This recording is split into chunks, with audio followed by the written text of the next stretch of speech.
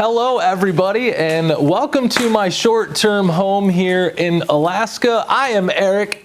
This is the North Country Outdoor Channel, and you guys, yeah, I see you in there. When you hit the subscribe button, you make up the North Country Nation. So go ahead and do that for me. Hit the subscribe button, jump on the train, join my Alaskan adventure. And yeah, so like I said, this is a short-term home. We signed a 6-month lease here because we got here a little while ago and it's already winter time here, and it's really hard to look for property when there's 4 feet of snow on the ground. So it's December now. We've been getting pounded. It's like December 3rd and we've gotten almost 3 feet here in Homer since Thanksgiving, which is it's pretty uncommon for Homer because it's in the valley right at sea level. But hey, we've been getting hit. I'm loving it. I got the Christmas tree up, I got the fire going, I got the snow falling for you. We're feeling festive up in here today and I love it. It's cozy. I hope you guys enjoyed today's video, which is about, as you've seen in the title, how much money it cost me to move to Alaska. Now, obviously, everybody's budget's going to be different. Everybody's going to have different fees involved. You're going to need different things.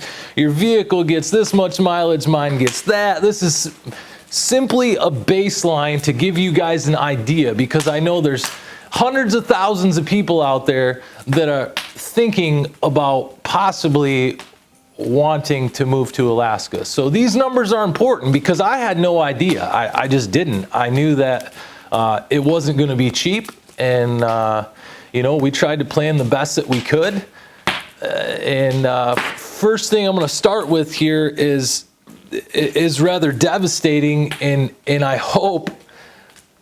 just hope that nobody else has to go through this. So a big portion of the money that it cost me was I had a 2004 Super Duty Power Choke diesel, and I've owned it for a long time. I know we can go into these videos about the 6-liter Power Stroke, Power Joke, Power Choke, however you want to say it, and how controversial that motor is, blah, blah, blah. Guess what? I've had this truck for a long time. I've got almost 200,000 miles in the seat of it, and I trusted it, and that was my mistake. So here's what happened. If you haven't seen my video, Let's Move to Alaska, you can get the entire story in there because it literally unfolded in the video. But basically, I spent $6,000 getting that truck ready to go. You know, I went around, put all new tires on it, all new brakes. And when I say all new brakes, I'm not talking pads, just pads. I mean, I did pads, rotors, calipers, the whole works. Like, I wanted this truck to be ready to make this 4,250 mile journey to Alaska. The bed was rotten on it, so I had a custom flatbed built for it. It was looking real good. I was super happy. Me and my buddy spent a week and a half, 2 weeks, every day just trying to get this thing ready to go. And I didn't even make it 200 miles, and I hung an injector wide open on the thing and pretty much toasted the motor. So with that being said, I just lost the $6,000 that I put into the truck 200 miles ago. And guess what? Now our journey just hit a roadblock. We can't go anywhere because I don't have a truck to pull this trailer. So it ended up costing me another $23,000 to get a different truck, which this time I went Cummins. And man, now that I own a Cummins, I don't think I could ever go back to a Power Stroke. But I'm just throwing that out there. There's just, man, the power is just whoa on this Cummins. So anyway, you know, that's $29,000 right there that I hope you guys don't have to spend just to get to Alaska, right? I mean, it was so devastating. It was one of the worst feelings in the world to not even make it out of the state of Michigan and blow your truck up. I mean, it was, man, I was devastated. So maybe you got to spend a couple grand getting a vehicle ready. You know, I would recommend new tires and that type of stuff. But you know, a couple grand is way better than 29 grand. So with that out of the way, hopefully you guys don't have to deal with that like I did. Now we can kind of go into the meat and potatoes of what it may cost somebody like you to make the journey from wherever you live up through the Yukon and into Alaska. And I have to say, that fire is hot. Whoa. But I can't move because this is where I've chosen to sit. So I'm just going to deal with it. Now, I didn't have a trailer that was big enough to take all my stuff with me. So I had to purchase a trailer. I purchased a 40-foot enclosed gooseneck, and that cost me $5,000. I got a really good deal on it. Good luck finding one for that kind of money, but I did, and it worked out good for me. So there's your first amount of money. Is I had to have a trailer. So we're $5,000 into a trailer. Now we can load our shit and we can hit the road. And what kind of fees are you going to incur while you're on the road? And again, you can do things differently than I did, and that's fine. But I'm just telling you what I did, and these are my numbers. An 8-day journey turned into 13 days for us because my truck blew up and we ended up having to backtrack, go back to Cadillac where we're from, regroup, find another vehicle, and then get back on the road. So an 8-day journey turned into a 13-day journey. Just for what it's worth. Anything can happen, and that's what happened to us. But the big expense was fuel, right? Because I'm pulling a 40-foot gooseneck behind a 1-ton diesel pickup. Plus, my wife followed me up in her 2017 Jeep Wrangler. So every time we stopped, I was filling 2 tanks, right? So my fuel bill just to get here for 2 vehicles was $2,256. Okay, so if you're only bringing 1 vehicle, obviously you can kind of cut that number in half. Just say $1,100 in fuel, and that's fuel was high at that time. It was like $3.80. It was even more in Canada. I did the liter conversion. It was like $4.30 or something like that in Canada if you were doing the math from liter to gallon. So there's that number: $2,256.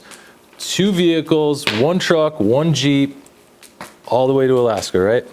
Hotels, $1,458 in hotel fees. Now, you could potentially do it different and not sleep in a hotel, right? But for me, I had my family with me. I had 2 dogs. I had our 12-year-old daughter, had the wife. And, one thing that we were told before we came up here was, as much as you're just going to want to pull over, take a nap, and then head on down the road, the issue with that is, guys, these aren't short days. These are 10, 11, 12, 14-hour days traveling on the road. So it's really nice to just be able to go into a hotel room, take a shower, kick back, lay down, watch some TV, order some food, just kind of reset, get your mind right, and get ready to hit the road again tomorrow. Because guess what? Tomorrow's going to be a long day too. 13 long days, right? So that's why we chose to take the hotel route, just because, we wanted to feel refreshed, recharged, and be ready to hit the road the next morning and not be, sore, not be tired. Just all these things play factors. I mean, I was pulling, so this is a 1-ton crew cab long box pickup with a 40-foot gooseneck behind it, which the trailer was a foot wider than the pickup on each side. I mean, I was basically a semi. I just did not need to be tired. I did not need to be sore. I needed to be able to focus. And, if you are coming up here as a single guy or maybe or a single lady and you don't have any family, or maybe it's just a couple coming up here, you might be able to get away with just pulling over and taking a 3-4 hour nap in the vehicle and then hitting the road again. So again, like I said, these are my numbers. Your mileage may vary. Take it or leave it. Don't really care. I'm trying to help you out, so let's not crucify me in the comments, please. What do we got here? The next thing is food. We spent about $650 on food.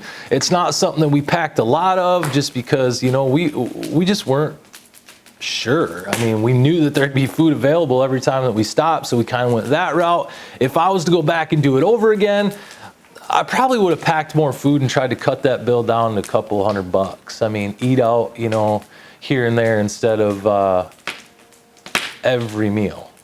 So that was a big one there. $6.50 on food. That's a lot of money on food. Now, one fee that occurred to us that may not happen to you is, in order to get into Canada, you have to prove a negative COVID test within 24 hours. So when we were in Montana, we had to get COVID tested, right? And it can't just be that rapid test. It's got to be the molecular one, the PCR test that gets sent out to the lab, blah, blah, blah, right?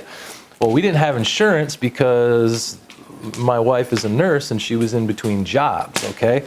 So it cost us $675 to get all three of us tested. Thankfully, they were negative because, listen, here's the thing. So we have no insurance. Say one of us tested positive at that point. All three of us would have had to quarantine for 10 days, right? So now you got 10 more days in hotel fees, plus you have to go get retested in order to get into Canada. You have to prove that negative test. So now you got another $675 on top of all that, and it was just like we dodged a freaking bullet that we all tested negative, thankfully. So another thing that you really need to be aware of is there's service fees in Canada to use your American debit card at the pump.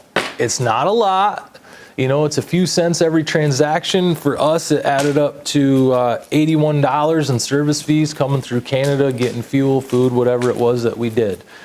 You know, $81 could go a long ways for somebody. I'm just kind of letting you know to beware that will happen if you try to use your American debit card in Canada, which it's just so much easier to do that because how else are you going to pay for fuel? I mean, I suppose you could go exchange your American money for Canadian money at the border, but the thing is, do not do this. You do not want to do this. Do not take your American money into a Canadian gas station and try to prepay for fuel. They love that shit. Our money is worth more than their money, and they're gonna give you Canadian change, and they're gonna make out on the better end of the deal. So it's actually more efficient to just take the service charges from your bank and take that route. Just so you know, this is me trying to help you out, guys. So I hope you appreciate it. Hit the subscribe button if you appreciate it.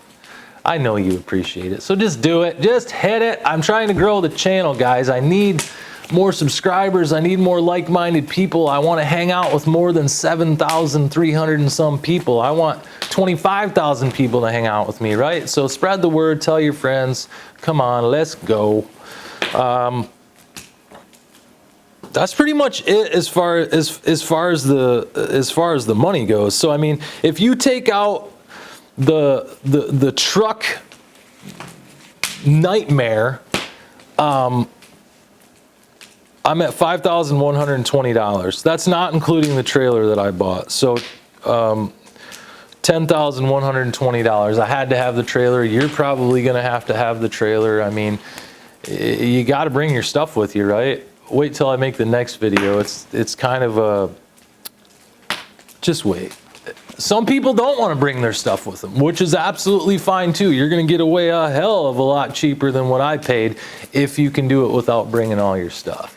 So that's pretty much all I have, guys. I'm going to try to keep videos a little bit shorter from now on because I don't want to lose anybody's interest. As I watch my analytics, over 10 minutes, people that start to dive and click off the video just because I ramble too long, right? So I'm gonna try not to ramble as long anymore. It's probably not gonna work. It's just kind of what I do. I'm a rambler.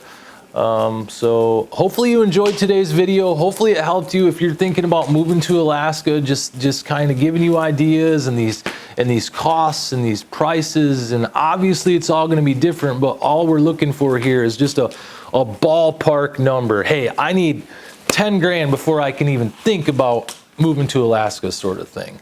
And I know there's a lot of people that that would like to know this information. So hopefully you enjoyed today's video.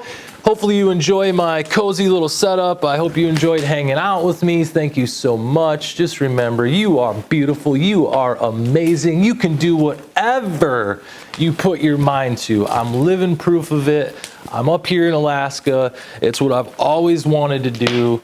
And, you know, I believed in myself, and I believed that I could, and I did. So just remember, tomorrow is a new day. Be creative and own that some bitch.